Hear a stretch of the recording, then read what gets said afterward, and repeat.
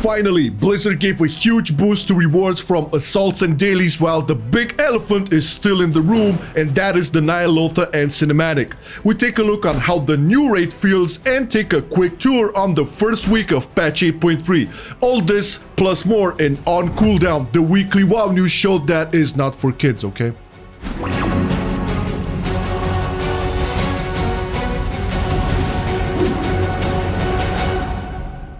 So, we've been talking a lot about grinding in 8.3 and how it was not actually that big since grinding a lot did not net you any real gains over everyone else. So Blizzard just released the big hotfix the other day with a bunch of changes, the biggest one being the coalescing vision rewards from normal dailies. Originally there were 50 per daily, meaning almost nothing.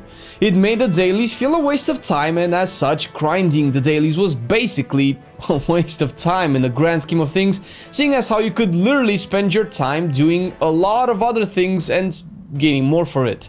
Not to mention that the whole purpose of the currency was to give you access to horrific visions, at least enough so you can upgrade your cloak. Doing dailies was never necessary for that, since the mini visions and the weekly assaults, which are either easy or only doable once every 3 days, adding up to not that much time spent grinding, maybe 20-30 minutes per day, was enough to get you that upgrade. Doing those, you could easily fill in an almost 30k coalescing visions per week. To actually get 30k, you either have to do a few dailies here and there, loot some chests or kill some rares, or really not just give a fuck, because you would stack them week by week and you can only upgrade your cloak once per week starting the second week anyway. The first was the only exception where you could do 5 upgrades. If you miss any upgrade, it gets bumped to next week so you don't permanently lose it, meaning that you will eventually catch up to someone who stuck long and hard at doing all the upgrades without fail. All of these added meant grinding dailies was only going to award you faster essences because of the rep. That part I can agree. If the new essences were crucial to your spec, then yeah, you would be compelled to grind. Most are not though, and this is maybe the one big flaw of the grinding system in 8.3, and for this Blizzard can get bit in the butt. The upgrade to the reward didn't really change this. It didn't change the fact that your cloak has an upgrade cap, so competitively speaking, grinding dailies and coalescing visions will give you an insignificant advantage towards cloak upgrades. What the change seemed to have done, at least mathematically from my perspective, is give you a way to catch up on missed assaults, provide you with a different way of getting the currency, but maybe most importantly, it made the dailies not feel like a waste. Having 250 visions per day reward means that you can farm from 1.2k average per day to 2k coalescing visions per day. It's definitely more and will easily get you over the 30k per week. But that just means you'll be doing visions for mementos, fun, and upgrading the research archive more. The daily lesser visions have also had their reward bump from 1k to 1.5k, and this is the normal lesser visions, not the first each week, which still rewards 2k. The rep was also bumped by 66% per quest, which also works towards diminishing the amount of dailies till you get exalted. All of these feel like they offered an alternate way to grinding for those who really want to do it, but also made essences easier to get. So the changes are good. People gave a lot of negative feedback for it, some justified, some maybe less, so it's a step in the right direction. But it's a big step from being a waste, as it was before, to being mandatory, which it still isn't in my opinion. So I'll let you figure out if you think not grinding dailies is going to make you lose your raid spot, keep you behind key pushing, or lower down your arena rating. In the comments, yo. Alright boys, time for a reality check one-on-one. The Ny'Alotha and cinematic has been revealed with the launch of the new raid, and man did it stir up some feelings in the community, and rightfully so. You probably saw it by now, but just in case you didn't, we will show it here, so be warned for spoilers, although to be real, it's not much to spoil. Anyhow, you've been warned. The in-game cinematic wasn't a big surprise, as from previous PDR data mining, we all knew our character would be infused with all the Azerite power farmed through BFA and then poured into N'Alotha's big ass head. After that is over, the rendered cinematic kicks in, where for a grand total of 22 seconds, we see N'Zoth being ripped apart from what seems to be light and Ny'Alotha City getting the same treatment.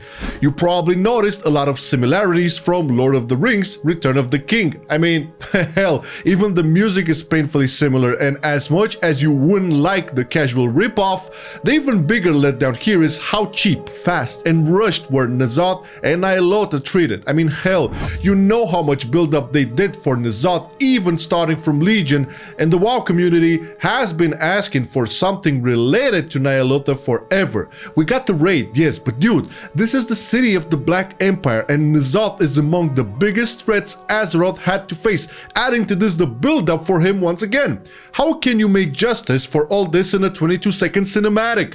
This is, after all, the expansion finale, but hey, you get to see the expansion end in the same tone the whole BFA felt, I guess. N'Zoth had vast potential, and Ny'Alotha too, and it's just a shame that they did so little with these. Although this is far-fetched, there is a mythic-only phase in the raid, and who knows, maybe there is more to be seen there, cinematic-wise.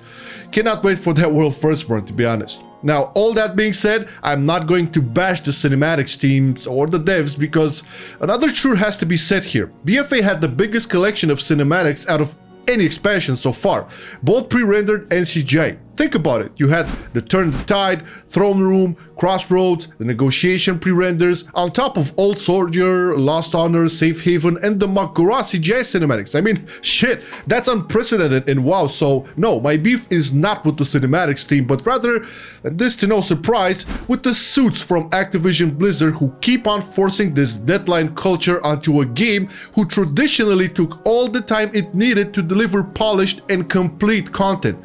I mean, you can clearly see that a lot of the content was cut so they can relocate resources to the development of Shadowlands, which, again, it may very well be under the same scrutiny with a big pressure from the higher ups to have it released sooner than it would be ideal, having you, once again, get a lackluster experience from a brand new expansion. That may not be the case, but judging by how everything was panned out in A3, the patch launch, the A3.5 cut, the end cinematic, it just gave you this rushed, let's get it over with feeling, and man, do I hope things turn for the good in Shadowlands. How about you? And in today's comment of the day, we have Dub C, and he said, please look at the camera when talking. It's very disturbing to see you looking at the side. Where's that fucking camera, man? Looking. Is it there? It's like not there. Here? What the fuck is it? Somebody took it? I'm not seeing it. It's like my college degree. What the fuck? No. Dear Lord, am I ever a fan of this raid? I covered my opinions about the architecture of the place back when we tested out Rathian on the PTR, and my god, is it even better with proper music and bosses and trash and everything else. So far we managed to clear about 7 bosses on normal and 4 of those on heroic. Doing this in the first 2 days with a lot of people that were on a break for a while and me tanking for the first time in a progression raid since Emerald Nightmare made it seem that the start is fairly easy. The difficulty progression starts to really rank up with the 5th boss on heroic, so more to be seen later on. This looks really good since people can do the first bosses more easily, farm them if necessary, and steadily progress through the raid at a better pace. The mechanics are hilarious and super fun for non-tanks. The tanking mechanics are okay, I guess. There's probably so much they can do for tanks that won't mess up everyone else's day up.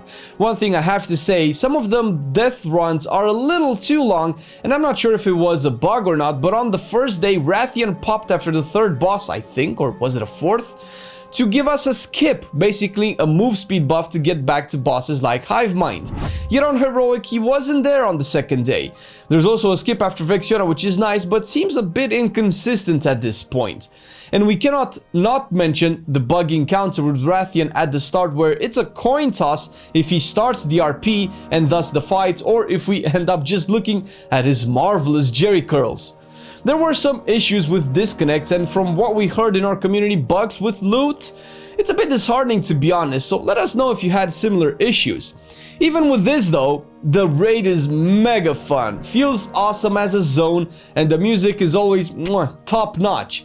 I'm still super excited to go back and haven't been this way in years. So far this is looking like an easy topic for me for favorite raid. Until we get to Ny'Alotha and the cinematic, and I think I'm on the path of disproving my point. Nah, still awesome. What do you think?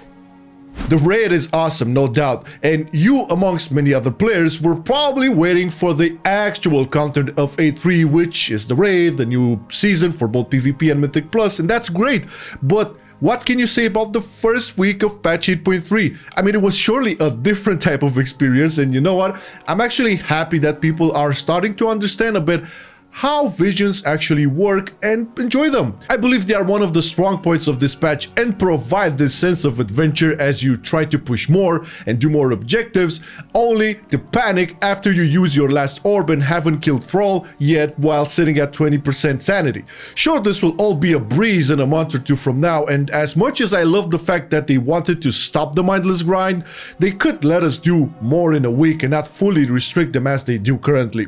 On the other hand, the first couple of days of 8.3 were horrible, with bugs showing up left and right, connection issues, realm restarts, auction house issues, and that's clearly their lack of personnel on testing small features, because yeah, sure, there will always be a priority in testing major features of a patch such as raids and visions in this case, but when it comes to the first user experience within the patch, not a lot were still around to pan it out. Our regards to Activision Blizzard for that. We ranted enough in the last episode, and I'm happy to say that the majority of the bugs and issues were addressed, people got their gold back, and also all the rewards were increased as Flamerino mentioned earlier. So now really, when you look at it, the patch is as complete as it can be with everything working, raids and new season up. There is stuff to do, so enjoy it while it's still fresh, and we'll come back to this discussion in a couple of months now. So now we finally have everything in the patch, man. The raid, the essences, the mythic pluses. The essences? Fuck the essences, man. Oh yeah, the essences are not in because you have to farm them for 2 more months. Hey! Maybe not so much with the new red boost. It is true that a lot of the bugs were fixed. Granted, some of them are still popping up, especially in the raid. I think you covered a lot of that shit. But it's a way more complete experience than the launch of patch 8.3. And of course, we have to give credit to the fact that we do have the raid now. We do have the season starting. So that's the whole meat of this patch, actually. I mean, it wouldn't be the first patch that came with a lot of bugs and issues at the beginning. Not in this capacity. It's been a while. I mean, 8.2 wasn't like this. Remember if you're gonna do it big, man. Yeah, exactly. Go big or go home. But you know what's interesting? We dabbled a little bit onto this. So the patch was like this because at the end of the day, you know, they don't have any more QA people. Like they still have, but they're like really underwhelmed over there. The dev team is super big, and they're probably all working their asses off for Shadowlands and shit, cutting off 8.3 and all of that. But you know what's interesting?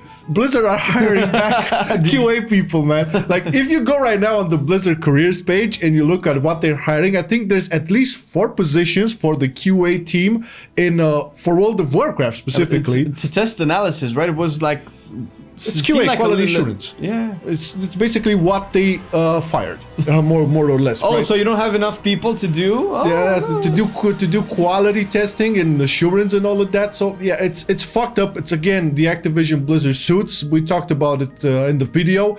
One cool thing that has popped up, I don't know if you saw it, the new customization options for undead.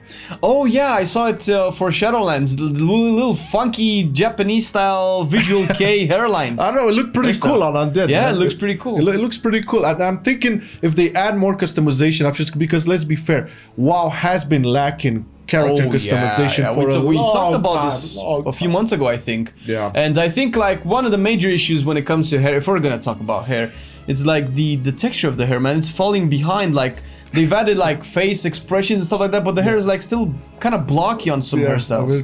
And if you look at like Rathion's Jerry curls in detail, it's like if you go sideways, they disappear. Bacon. That's bacon curls.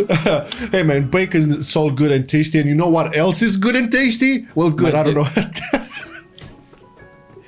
Our love for the patrons and their love for us. Thank you so much, guys. It's been a rough month in January, still is a bit, and luckily we have all of you lovely people supporting us to the Patreon, keeping all of the bills being paid around here, a little bit of food on the table to not die of starvation. So we're good. Thank you so much for all of the support. Thank you a lot. We really appreciate it. And if you are also interested in supporting us a little bit more, you can see some links down below with some little goodies in store for you. Yes. And some updates coming fairly soon. And don't forget about our stream on twitch.tv/MarcelianOnline. We stream 5 days a week. Not Fridays, because Fridays we do this little sexy piece for you. Yes. But with the raid coming out, we're switching our... Stop saying us, man. We're switching our Wednesday and Thursday streams to late night streams for us in Europe so that we can stream the raid for you guys with dual faces. That face and this face is going to be on your screen if you haven't seen it this week, of course. Yes, twitch.tv/MarcelianOnline. You can go there right now, click on that follow button, check the schedule, it's all in there. And also tune in tomorrow. We have the big stream for tomorrow, 6 to 7 hours. It's gonna be lovely. And with that, we thank you so much for watching. Have a good weekend, everybody. Great weekend ahead. Bye-bye. Peace.